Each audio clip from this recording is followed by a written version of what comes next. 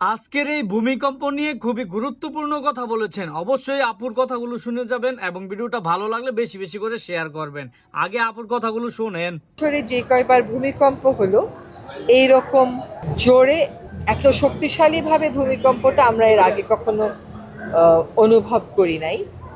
এটা বারবার আমাদেরকে একটা সতর্ক বার্তা দেয়া হচ্ছে।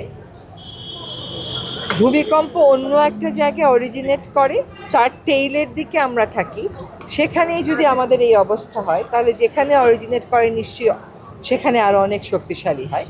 তো বারবার যে আমাদেরকে এই সতর্কবাণীটা দেয়া হচ্ছে, এইটাকে তো আমাদের আসলে বিবেচনায় নিয়ে প্রস্তুতিটা নেওয়া দরকার। যেমন ধরেন, আজকে আমি আপনাদের সাথে যে অনুষ্ঠানে ছিলাম সেখানে দ্রুততার সাথে নেমে আমি একটা খোলা জায়গায় দাঁড়াতে পেরেছি, কিন্তু বাংলাদেশের বিভিন্ন জায়গাতে তো খোলা জায়গায় দাঁড়ানোর কোনো উপায়ই নেই, খোলা কোনো জায়গায় আমরা রাখি।